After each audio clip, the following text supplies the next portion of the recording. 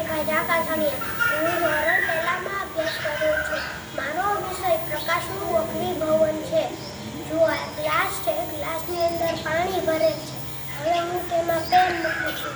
જુઓ, આ પેન તમને કપાયેલી અને જાડી દેખાશે. આમ કેમ થયું? જો આપણે જોઈએ છીએ તે હવામાં જોઈએ છીએ, પછી આપણે કાચમાં જોઈએ છીએ, પછી આપણે પાણીમાં જોઈએ છીએ. પાણીમાં જોઈએ છીએ એટલે આપણને પેન કપાયેલી અને જાડી દેખાશે.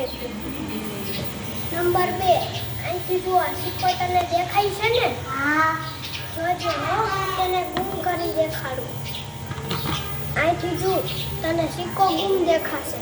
આમ કેમ જો આપણે જોઈએ છીએ તો હવામાં જોઈએ છીએ, પછી આપણે પાણીમાં જોઈએ છીએ.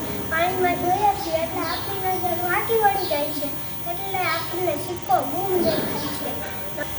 નંબર 3, થોડા દૂરથી જુઓ, આ 2 રંગના કાગળ તને ઉલટા દેખાશે.